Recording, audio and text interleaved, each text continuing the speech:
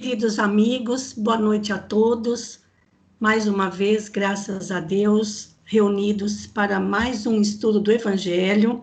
Vejam que nós já estamos no 6º encontro, já caminhamos um pouquinho. Graças a Deus, eu agradeço pela companhia de vocês, como sempre, desejando que estejam sempre bem, em paz e com saúde. Para iniciarmos as tarefas desta noite, eu vou pedir para a Lenita fazer a prece de abertura para nós. Pode ser, Lenita? Claro. Boa noite, sejam todos bem-vindos.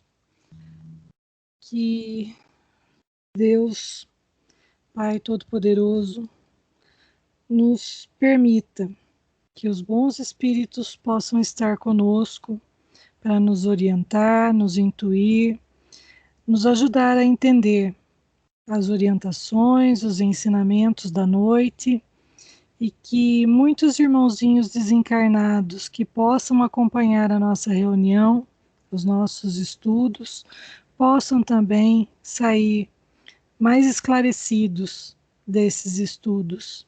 Que assim seja, Senhor, graças a Deus. Obrigada, Lenita. Vamos só dar uma repassada do que nós vimos no domingo passado. No domingo passado, nós tratamos das 4 grandes civilizações. Falamos dos egípcios, que se instalaram na região do Egito. Falamos dos hindus, que se estabeleceram na região da Índia. Falamos da civilização ariana, que se esparramou pela Europa, uma parte do Oriente Médio, uma parte da Rússia. E falamos dos hebreus, que não tinham território, mostrando que eles haviam saído, segundo conta a tradição, que eles haviam saído da região da Mesopotâmia, hoje o Iraque, deslocando-se, era uma tribo de nômades, deslocando-se então para a região chamada de Canaã, que a gente vai conhecer um pouco melhor hoje. O nosso objetivo hoje é falar brevemente sobre, assim, de uma forma bem rápida, sobre a história dos hebreus, mas em termos gerais, mostrando onde fica a Palestina dos tempos de Jesus, a era dos patriarcas, a era dos juízes, a era dos reis, o cisma hebraico, ou seja, a diáspora, que foi a divisão, a economia e a sociedade hebraicas. Por que nós precisamos ter uma noção, por menor que seja, do povo hebreu? Porque os judeus da época de Jesus eram descendentes do povo, dos hebreus. E as mesmas características, as mesmas tradições, a cultura, os erros, acertos, as superstições também continuavam vigorando na época de Jesus, para que a gente possa compreender melhor por que ele se expressou em determinados momentos, recordando toda a trajetória do povo hebreu. Antes da gente passar para os mapas propriamente ditos, nós vamos ler o trechinho do texto, que é pequeno, para que a gente possa se inteirar, e depois a gente vai para os mapas, tá bom? Eu vou sair daqui do slide, então, e vou abrir o Word, para que a gente possa começar a falar um pouquinho a respeito. Celina, você poderia ler esse primeiro trechinho para a gente sobre a Palestina? Que nós já comentamos um pouquinho na semana passada. Sim, Malu. Por favor. A Palestina. A antiga Palestina, denominada compunha uma faixa de terra cercada pela Síria, pela Fenícia e pelo deserto da Arábia. O Vale do Rio Jordão era a área mais fértil, favorecendo a prática agrícola e a fixação da população, ao contrário do resto do seu território, que era formado por montanhas e colinas de solo seco e pobre, trilhado por grupos nômades dedicados ao pastoreio. Os hebreus chegaram à Palestina por volta de 2000 anos antes de Cristo, constituindo tribos autônomas chefiadas pelos patriarcas, chefes dos clãs. Contudo, quando ali chegaram, a região já estava ocupada por cananeus e filisteus. E isto deu origem a prolongados conflitos pelo controle das terras, em que os hebreus acabaram vitoriosos. Bem, obrigada, Celina. Pode fazer seus comentários, se quiser. Por favor, passo para você, querida. Por favor. Obrigada. Bom, nós já havíamos comentado alguma coisa a respeito disso na semana passada, né, mostrando o local da onde eles saíram e onde estavam procurando se estabelecer. E essa região, que daqui a pouco a gente vai ver nos mapas, era chamada de Canaã. O problema é que já existia gente lá. E, claro, surgiram muitas disputas por aquelas terras, principalmente ao norte, na região da Galileia, que a região da Galileia fazendo divisa com o sul do Líbano, uma parte da Síria, porque era a região mais fértil. Ali o Rio Jordão era realmente, ainda é muito caudaloso. E também o grande lago da Galileia. Então, aquele ponto ali era mesmo crucial. Daquela região para baixo, aí o terreno já era mais árido. Por isso que a questão ali da disputa por aquele local foi bastante intensa. Importante a gente lembrar o período. Os hebreus chegaram à Palestina, ou seja, aquele grupo de tribos nômades que saíram lá daquela região da Mesopotâmia, chegaram aproximadamente pelo ano 2000 a.C. naquela região, né? E ali já estavam os cananeus e filisteus. Depois a gente vai ver onde que eles se localizavam. E claro, isso deu origem a muitos conflitos. Mas essas tribos autônomas, né, que não eram poucas pessoas, elas tinham, assim, o personagem principal eram os patriarcas, tá? Então, vamos falar um pouquinho a respeito dos patriarcas. Pessoal, se vocês não se importarem, acho que eu mesma vou fazer a leitura, porque daí eu já vou lendo e já vou comentando, tá bom? Assim a gente ganha tempo também. Vamos um pouquinho falar sobre os patriarcas, os principais do povo hebreu. Segundo o Antigo Testamento, Abraão foi o primeiro patriarca hebreu. Orientado por Deus, deixou a cidade de Ur, na Caldeia, como a gente já viu, na região da Mesopotâmia, atual Iraque, e dirigiu-se à Palestina. O Deus dos hebreus, chamado Jeová, mas por favor, gente, esse Jeová é o aportuguesado, ou seja, um termo aportuguesado das consoantes que representam aquele Deus único e material dos hebreus. O nome de Deus era impronunciável e ele era representado por 4 consoantes do idioma hebraico. E essas consoantes, se for colocada alguma vogal para dar uma sonoridade, foi traduzida como Jeová, mas não era essa a palavra usada pelos antigos hebreus, mesmo porque o nome de Deus era impronunciável, tá? Então, embora isso tenha aparecido aqui no texto, da onde eu tirei, esse texto é de um livro de história do ensino médio. Então, por favor, os hebreus não chamavam Deus de Jeová. O nome de Deus era impronunciável, representado por 4 consoantes do idioma hebraico, que era bastante pobre daquela época. Então, o Deus dos hebreus teria prometido a Abraão uma terra para ele e seus descendentes, onde haveria de correr leite e mel, ou seja, fartura material. Depois de Abraão, os patriarcas foram Isaac e Jacó, ou Israel.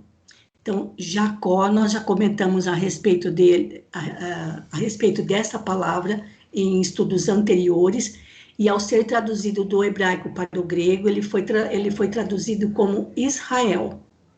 Então, daí o nome daquela nação hoje. Jacó deixou 12 descendentes que deram origem às 12 tribos de Israel. A gente já vai ver isso daqui a pouquinho também. Os sucessivos conflitos contra os vizinhos cananeus e filisteus provocaram o abandono da Palestina por muitos hebreus, que se dirigiram para o Egito, onde permaneceram por mais de 400 anos. Fugindo da guerra e da fome, esses hebreus sujeitaram-se à escravidão imposta pelos faraós egípcios, apesar de alguns ganharem destaque na sociedade egípcia. É o caso de José, que, segundo a Bíblia, foi ministro do faraó. É bastante conhecida a história de José, um dos filhos do patriarca Jacó. Por causa dessas guerras intermináveis por domínio de território, os hebreus não conseguiram manter a unidade entre eles, nem mesmo pela crença no Deus único e imaterial. Importante lembrar que esse Deus único dos hebreus dava a eles a liberdade, mas também o compromisso de seguirem as leis divinas para se aperfeiçoarem. E eles não conseguiram fazer isso em meio a tantas batalhas, a tanta brutalidade, a tanta matança. Então, isso acabou, de alguma maneira, enfraquecendo aquele laço entre eles, um laço que inicialmente era formado pela crença naquele Deus único e imaterial. Então, vamos adiante. Aqui, ó, lá em cima agora. Buscando libertar-se da escravidão, 400 anos de escravidão no Egito, gente, fez com que muito da cultura hebraica dos antigos patriarcas fosse esquecida, abandonada, e eles passaram a assimilar os costumes, a religiosidade, as práticas da vida em sociedade dos próprios egípcios. E para abandonar aquelas práticas e voltarem a uma vida de moralidade, que era, no caso, das leis divinas, não foi nada fácil para Moisés. Então, liderados por Moisés, os hebreus empreenderam o êxodo, voltando para a Palestina. Durante 40 anos permaneceram no deserto e, conforme consta na Bíblia, Moisés, após alcançar o Monte Sinai, recebeu de Deus os 10 mandamentos, conjunto de determinações para a vida que os hebreus deveriam seguir. Seu sucessor, antes de chegar à Palestina, foi Josué, irmão de Moisés. Então, Moisés não chegou até a Palestina, a terra prometida. Bom, toda essa história está relatada na Bíblia. A história do povo hebreu é riquíssima, mas também cheia de símbolos, de símbolos que, com o auxílio do Espiritismo, a beleza se torna ainda maior. A beleza dessa história, ou melhor, a beleza espiritual deste povo. Precisamos lembrar, gente, que em comparação com as outras, os arianos, os egípcios e os hindus, os hebreus eram aqueles que tinham a fé mais fortalecida na crença daquele Deus único, imaterial, que esperava que as suas criaturas, seguindo as suas leis, se aperfeiçoassem e se tornassem perfeitos, o máximo que fosse possível. E, claro, abandonar os costumes dos egípcios, que não tinham um Deus único, eram outra cultura, outras práticas, outra vida em sociedade. Depois de 400 anos, a cultura do povo hebreu, dos antigos patriarcas, estava muito comprometida. Então, a tarefa de Moisés foi gigantesca. Por isso que quando a gente estuda algumas determinações civis de Moisés, a gente fica de queixo caído, vendo a dureza dessas leis, mas é porque aquele povo estava bastante indisciplinado e acostumado com uma vida de libertinagem na cultura dos egípcios. Pois bem, vamos em frente. Depois aí a gente deixa aberto para os questionamentos, para que a gente possa chegar mais rapidamente nos mapas. A era dos juízes. Quando chegaram à Palestina, os hebreus tiveram de enfrentar os guerreiros filisteus que ocupavam o litoral. Para isso, nomearam os juízes, chefes militares, escolhidos pelas tribos hebraicas na luta contra os inimigos. Os juízes, além de chefes guerreiros, eram ainda líderes políticos e religiosos do povo hebreu. Entre eles, os que mais se destacaram foram Gideão, Sansão, Jefité e Samuel. Samuel também era profeta. Olha o poder que eles tinham na mão, poder militar, político e religioso. Foram 15 juízes no total, durante esse período. E eles são divididos em 3 grandes grupos: os que tinham muita fé, os que tinham fé vacilante e os que tinham fraqueza de fé. Mas vamos em frente. Samuel procurou completar a unidade das 12 tribos hebraicas, a fim de fortalecer a posição israelita na luta contra os ocupantes da terra prometida.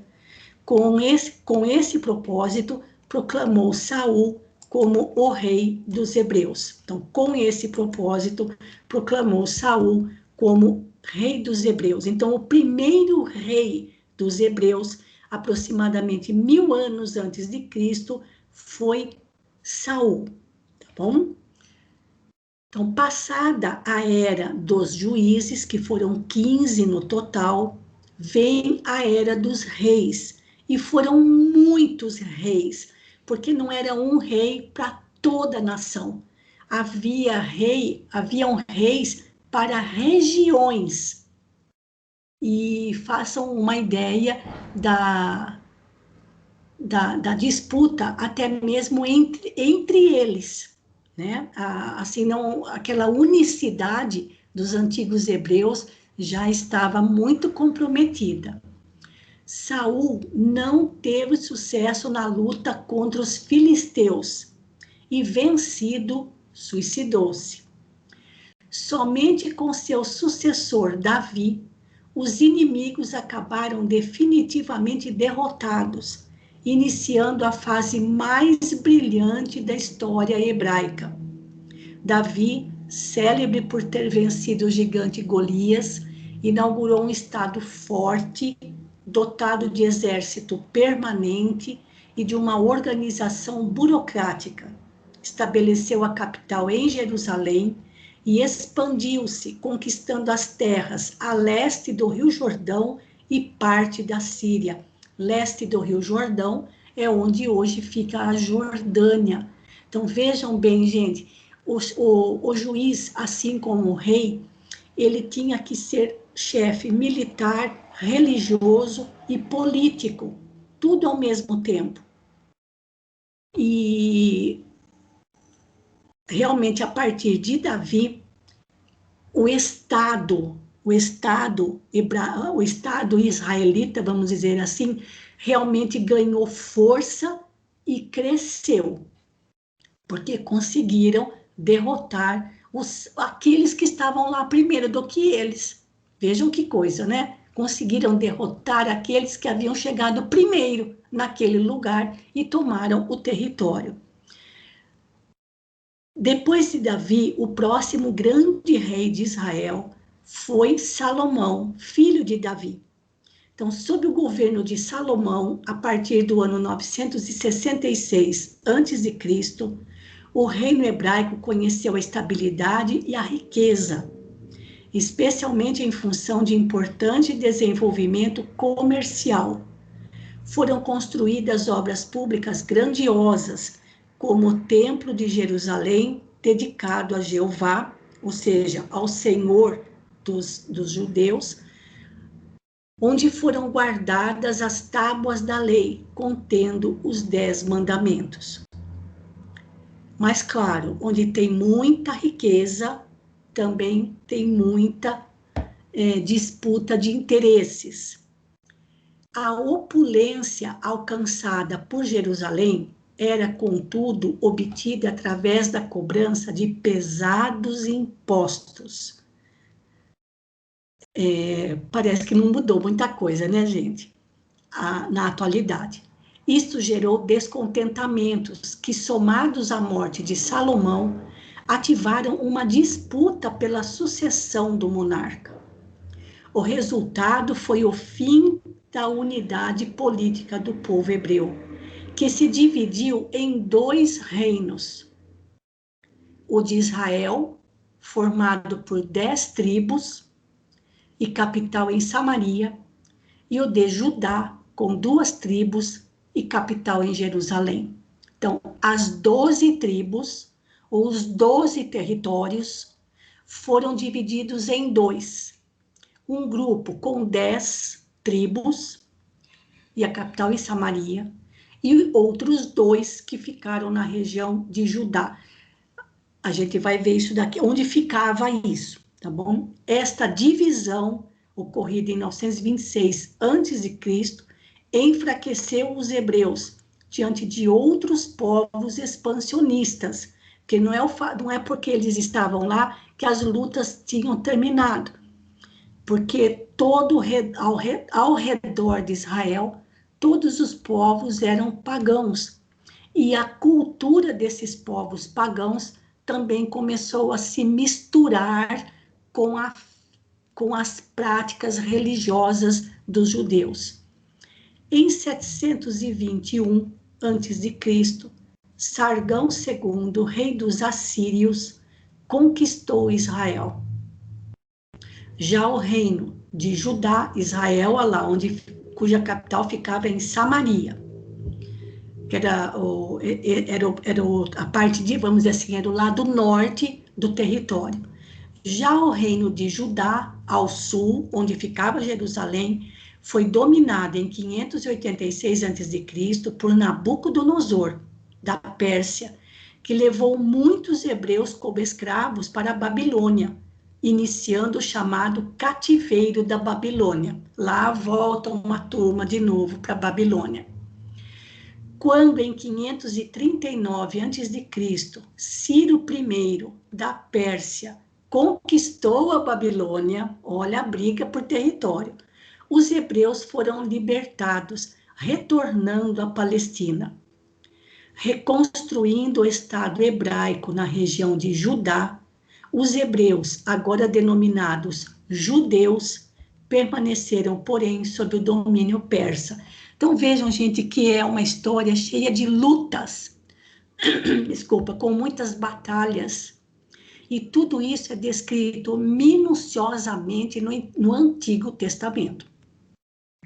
Tudo isso está relatado no Antigo Testamento.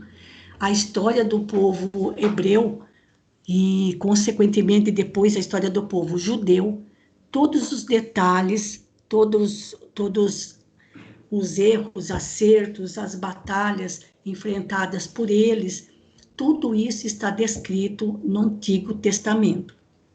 Mas por aí a gente vê quanta briga quanto à disputa por território. A Palestina, posteriormente, foi ainda conquistada pelos greco-macedônios e pelos romanos, que submeteram os hebreus à violenta tributação e opressão, originando diversas revoltas na região. Era o cenário em que Jesus nasceu. Em 70 depois de Cristo, durante o governo do imperador romano Tito, a cidade de Jerusalém foi destruída, brutalmente destruída, e os judeus começaram a fugir para outras regiões. Esta dispersão dos hebreus recebeu o nome de diáspora, ou seja, o território não, ou seja, os hebreus se dispersaram, perdendo o seu território, pelo excesso de disputas, o excesso de lutas, o que fez também com que fosse se enfraquecendo, porque até mesmo entre eles estavam divididos, depois da morte do rei Salomão. Não conseguiram se manter unidos. Os judeus só voltaram a reunir-se num estado autônomo em 1948, a partir de uma determinação da ONU que criou o Estado de Israel. Essa decisão da ONU, porém, causou um sério problema na região do Oriente Médio, pois com a saída dos hebreus da Palestina, no século I, outros povos, principalmente os de origem árabe, ocuparam-na ao longo dos séculos seguintes. E a oposição dos árabes à existência do Estado de Israel, somadas às ingerências de outros países com interesses no Oriente Médio, tem resultado em sucessivos e sérios conflitos. É o que a gente tem hoje, ainda, entre Israel, o país Israel, e a Cisjordânia, porque quando eles receberam esse território da ONU em 1948, ao longo desde o momento em que eles deixaram a Palestina na diáspora, o território continuou sendo habitado por outros povos, mais especificamente os de origem árabe. Então, a disputa é milenar por aquela região. É impressionante isso, mas isso não tira os méritos do povo hebreu. E o maior mérito do povo hebreu, dos primeiros patriarcas, dos primeiros hebreus, era a força da fé que eles tinham num Deus único e imaterial, criador de todas as coisas. Vamos conhecer mais um pouquinho aqui para dar mais tempo para os mapas. Economia e sociedade hebraicas. A economia hebraica na antiguidade apresenta-se preponderantemente pastoril e agrária. Nós já comentamos isso, né? Quando estavam ainda na Mesopotâmia, aquele povo formado por tribos nômades vivia do pastoreio e do cultivo agrícola. Às margens do Rio Jordão, especialmente, cultivavam-se cereais, videiras, figueiras e oliveiras. Antes, mas isso aqui é na parte fértil, que é a região norte. Antes da consolidação da unidade hebraica com o rei Saul, as terras eram cultivadas coletivamente e a produção revestia-se para toda a tribo. A centralização política, contudo, determinou a alteração dessa situação. A terra converteu-se em propriedade privada, concentrada nas mãos de uma aristocracia ligada ao Estado monárquico. Vejam que interessante, gente, conforme a nação israelita enriquecia, os atritos entre eles aumentavam igualmente.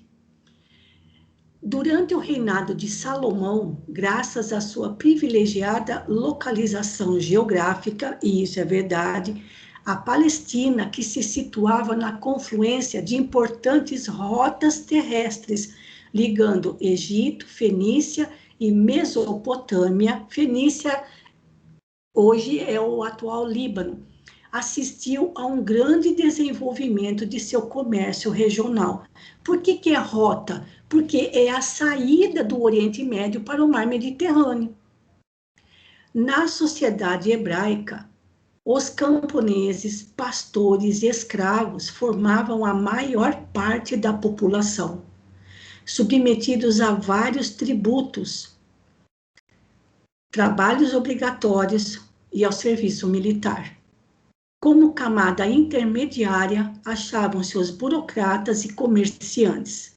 E no topo da sociedade estava uma elite privilegiada, formada por proprietários de terras, sacerdotes, os rabinos e pela família real.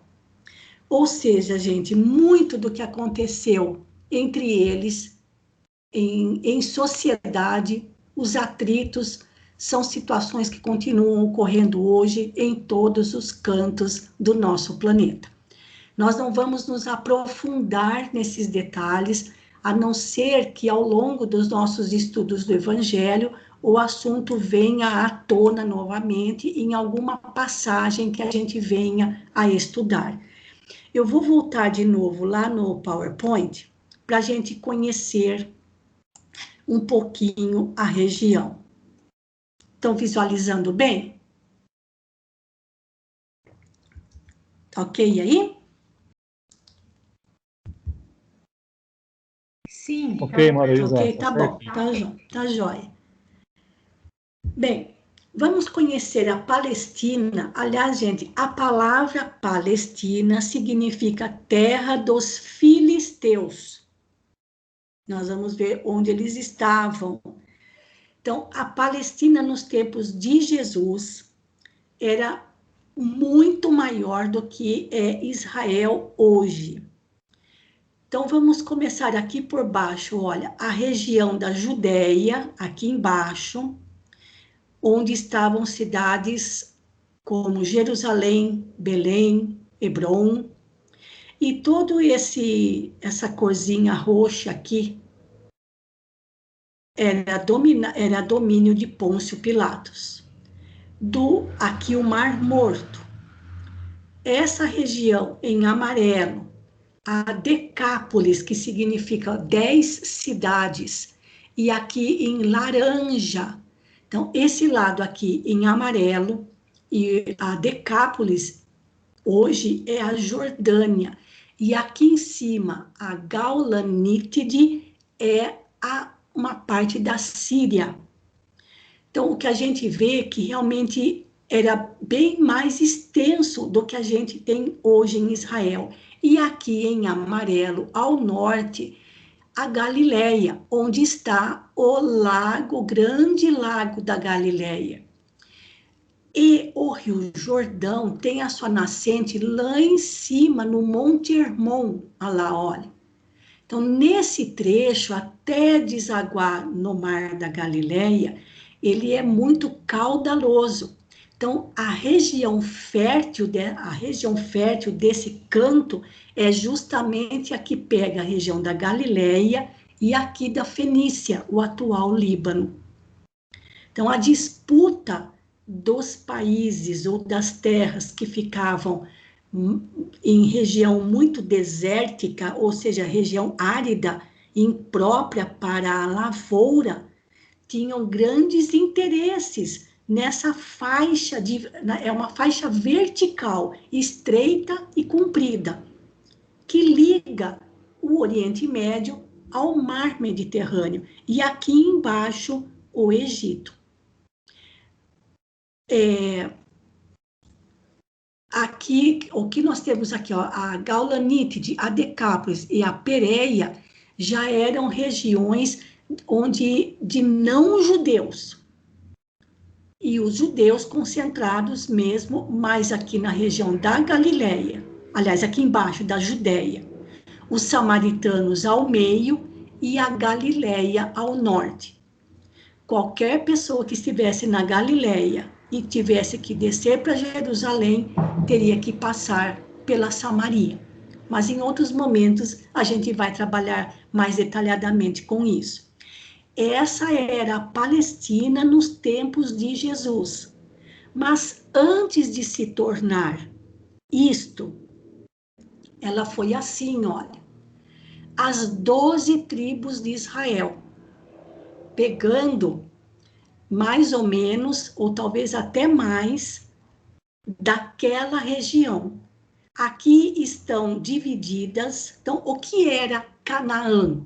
Era todo esse território, sobretudo estreito e comprido na vertical, desde onde seria a região do Líbano até quase a divisa com o Egito. Então, cada trecho desta região foi dividida entre os 12 filhos de Jacó, conhecidos como as 12 tribos de Israel. Israel aqui é Jacó, o patriarca, né? Onde estavam os filisteus, briguentos, aqui embaixo, olha, nesse cantinho onde hoje fica a faixa de Gaza, e onde continuam os conflitos até hoje. Então, esta era a Canaã. Esta era a terra que eles consideravam como a terra prometida pelo Deus dos hebreus, o Deus de Abraão, ao seu povo. Então, primeiro foi assim, com os 12 territórios. Depois ficou assim. Lembrando que eles se dividiram, as 10 tribos ficaram concentradas aqui ao norte, pegando Galileia, Samaria e um pedaço aqui da Decápolis, e outras 2 ficaram ao sul, na Judéia, tá? De onde vem a palavra Judéia? Vem de Judá, que é um dos 12 filhos de Jacó. Vamos conhecer um pouquinho mais a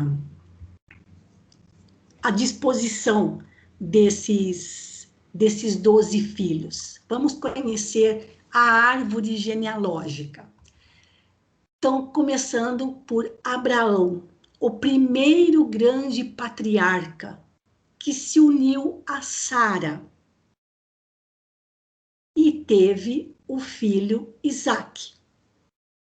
Isaque, por sua vez, se uniu a Rebeca e teve 2 filhos, Esaú e Jacó. Esaú e Jacó. Jacó, cujo nome foi traduzido como Israel, para o grego. Esaú e Jacó eram gêmeos. Eu já tinha contado isso a respeito, eu já tinha comentado isso a respeito com vocês em outros dos nossos encontros. Por sua vez, Jacó teve 4 esposas, o que era permitido na época. Com Lia, ele teve Rúben, Simeão, Levi, Judá, Issacar, Zebulon e Diná. Com Raquel, ele teve 2 filhos, José e Benjamim.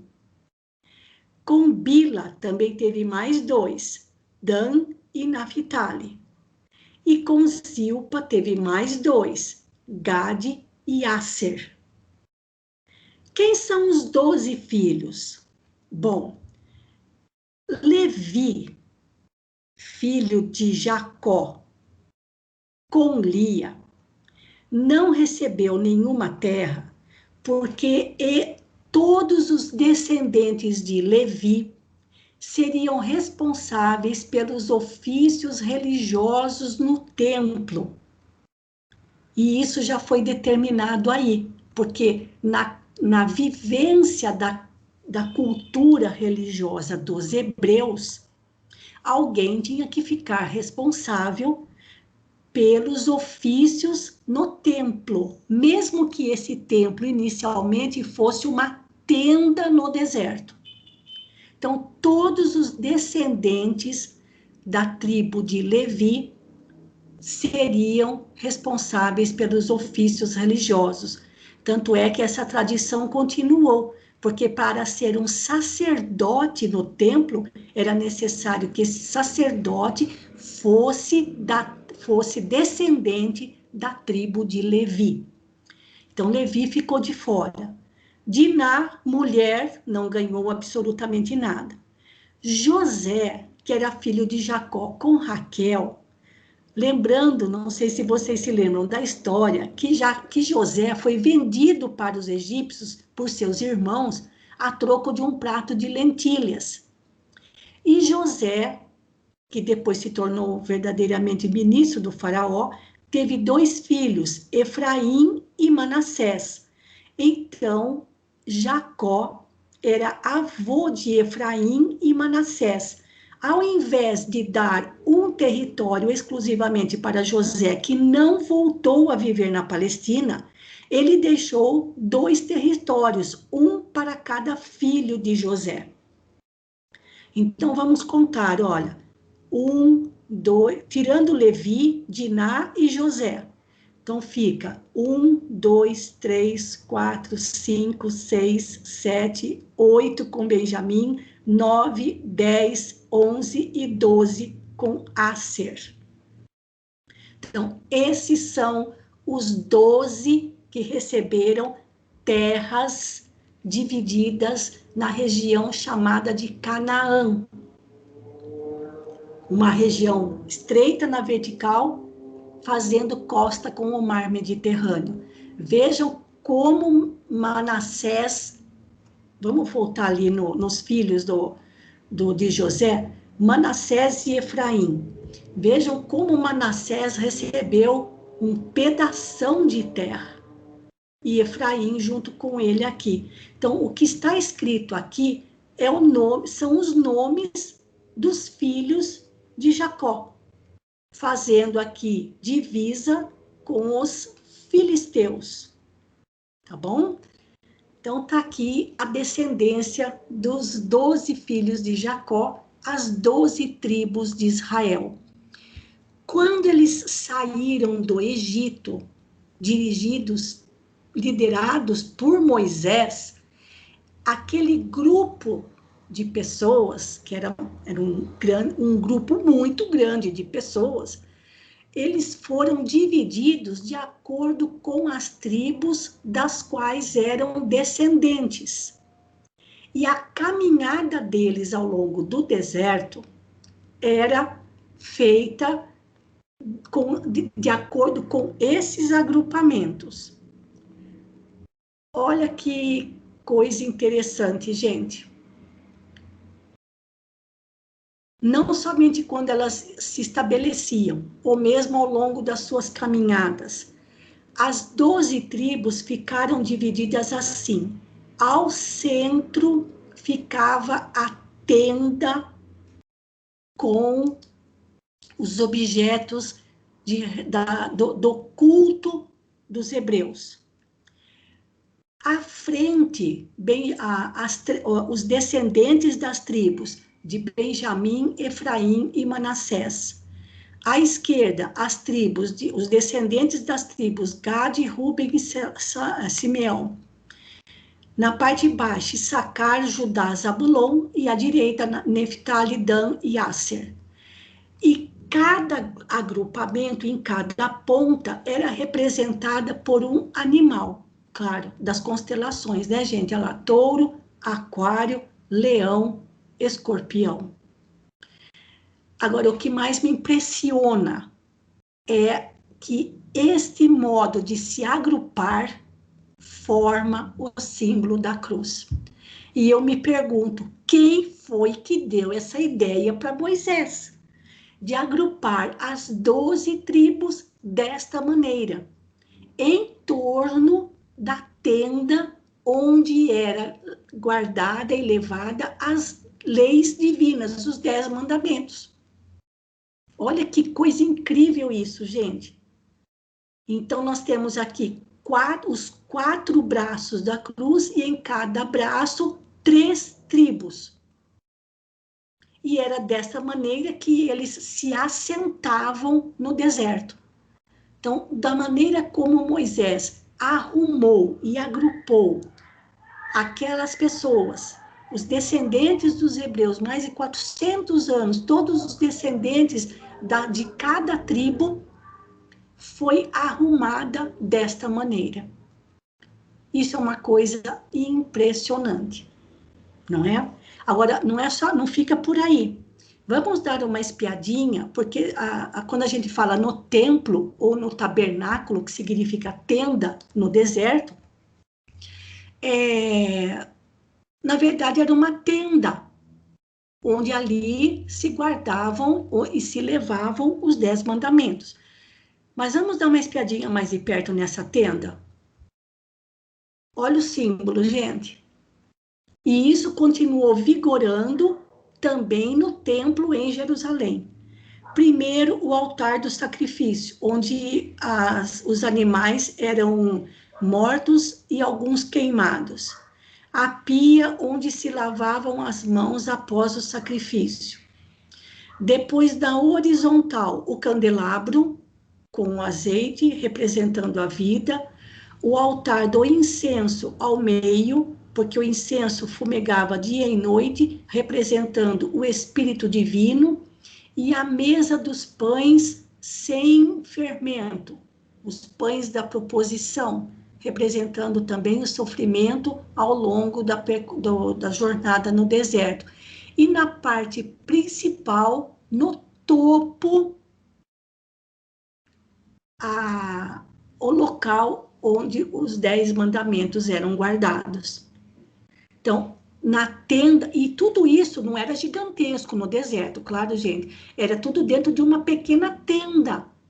E os objetos eram todos pequenos, e ali se guardavam esses elementos com tudo muito simbólico relacionado à religiosidade do povo hebreu ainda naquela época.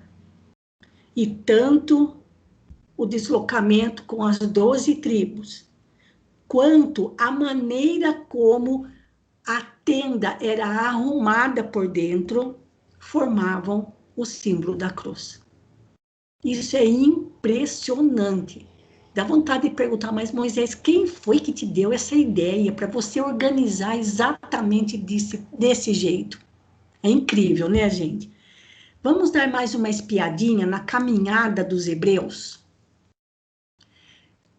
Saíram lá do Egito, essa é um possível percurso que eles tenham feito. Quando eles conseguiram a liberdade da escravidão no Egito, fizeram aqui a caminhada já pela península do Sinai, lembra aqui embaixo o Monte Sinai, continuaram subindo até chegar aqui, olha, contornando por onde hoje é a Jordânia, até chegar na altura do Mar Morto e entrar pela cidade de Jericó. Olha, Jericó fica perto de Jerusalém, olha lá, ó, Jerusalém, Hebrom, olha lá, Canaã. Voltando à terra prometida, só que agora com Moisés vieram por baixo. Certo, gente? E acaba aqui os slides. Nós vamos passar agora para o nosso planeta. Vamos fazer uma viagem rapidinha, que a hora está passando. Alguém quer fazer alguma pergunta antes de a gente continuar? Que temos 10 minutos, vai dar tempo de mostrar para vocês ainda. Ou se lembrar, pergunta depois, tá bom? Vamos de novo viajar virtualmente agora para Israel hoje. Aqui, ó. Vamos dar uma arrumadinha para ficar bem aqui, deixar bem viradinho para o norte, só que viradinho para o norte fica ruim para a gente visualizar. Aqui, ó. Vamos aproximar mais. Aqui, gente. Todo esse território a gente já viu melhor na semana passada. Pronto, nós estamos virtualmente em Israel. Vamos ver se eu consigo aproximar mais um pouquinho. Aqui, ó. Bom, gente, como é Israel hoje? Em termos de território, Israel é do tamanho do nosso estado do Sergipe. Então, em termos de território, perdeu bastante. Então, o que está aqui nessa linha vermelha é uma divisão política do território da Cisjordânia, população árabe, passando justamente por Jerusalém, que é uma cidade dividida entre dois, tem um pedaço dessa cidade que está num país, outro pedaço está em outro país. A região fértil é o norte, lá, olha, com o grande lago da Galileia, aqui em cima, aqui, ó. Aqui, ó, o grande lago da Galileia. Lá em cima, esse tiquinho aqui, olha, o Monte Hermon. Aí o Rio Jordão desce e deságua no Mar da Galileia. Então, toda essa região é muito fértil. Israel, o que está aqui em laranja, é o que Israel tomou da Síria, numa guerra mais recente. Então, esse pedaço aqui ainda está sob, vamos dizer assim, sob vigia militar, vamos dizer assim. Mas, e o território, então, de Israel ficou esse pedaço que antes era Galileia, aqui bem na faixa do litoral, com Tel Aviv, e aqui embaixo o deserto da Judéia, ou seja, o deserto de Israel. Esse trecho ainda é de Israel. E aqui o Mar Morto. E a faixa de Gaza, nesse cantinho. Também uma divisão política ainda não oficial. Então, quem é que estava mesmo aqui na faixa de Gaza? Os filisteus. E lá em cima, onde estavam os fenícios, grandes navegadores, hoje é o Líbano, aqui, olha. Então, Israel hoje é bem menor em termos de território do que era nos tempos de Jesus. As guerras foram muitas e ainda continuam por briga de território. Por quê, gente? Porque há uma questão crucial, que é a água. E aqui, então, aqui ao lado nós temos a Jordânia bem grande, olha lá, ó, Jordânia, aqui a Síria, olha lá, Damasco, e depois aqui na divisa a gente tem o Irã, temos o Iraque. Enfim, Israel hoje é muito menor do que a Palestina dos tempos de Jesus, que por sua vez também já era menor do que toda a Canaã, com todo o território dividido entre os 12 filhos de Jacó. Quanto ao desenvolvimento intelectual do povo, dos israelenses hoje, é algo extraordinário, porque já desde daquele tempo eles eram muito, mas muito inteligentes. E hoje a grande briga continua sendo com os árabes, porque quando receberam esse território, os árabes já haviam se instalado aqui. Então, é essa linha, pensem bem, um estado pequeno ter que abrir mão de um território seu para outro país. É o que acontece aqui com a Cisjordânia, né, que a gente vira e mexe, escuta na televisão, os conflitos entre colonos israelitas se estabelecendo em áreas da Cisjordânia e a constante briga aqui com os moradores da faixa de Gaza. É isso que é Israel hoje. Mas toda essa história começou há aproximadamente uns 2000 anos antes de Cristo, com um grupo de pastores agricultores, nômades, que se mantinham unidos devido a uma crença extraordinária. Isso é que é divino nessa história. A crença de um Deus único, imaterial, criador de tudo que existe no mundo e que criou e que tem leis que devemos seguir, porque seguindo essas leis, muito mais depressa nos aperfeiçoaremos, podendo estar mais perto dele.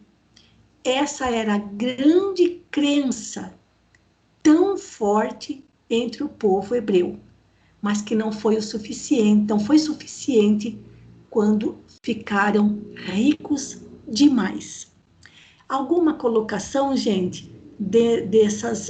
Quando nós começarmos a estudar mais detalhadamente cada região,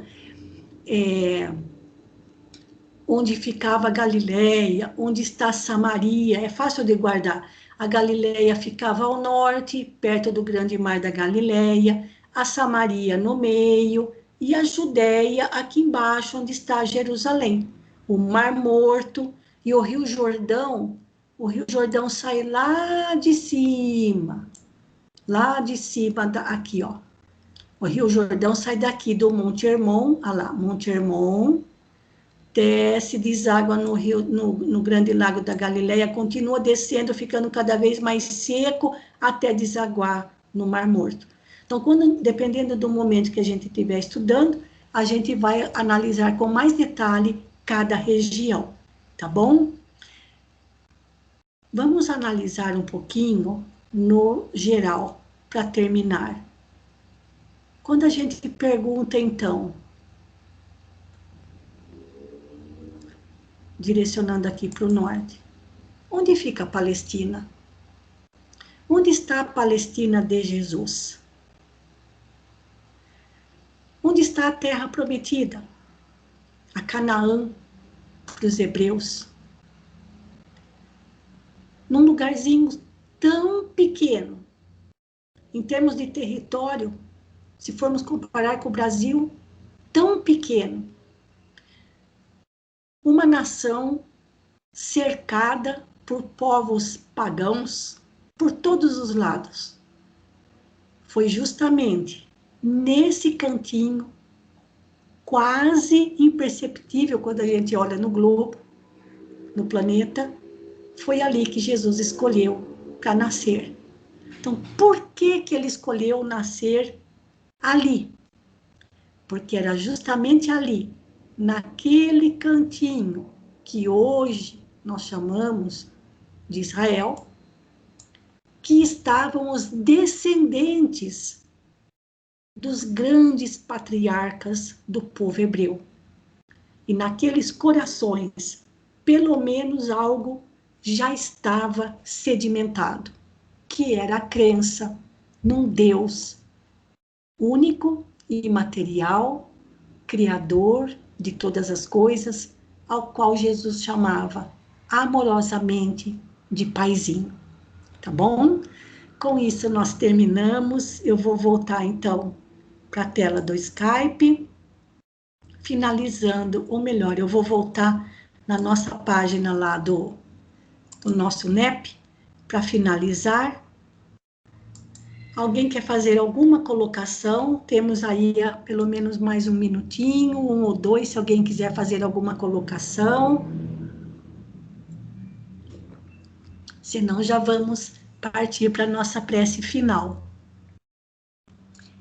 Margarete, por favor, você poderia terminar para nós?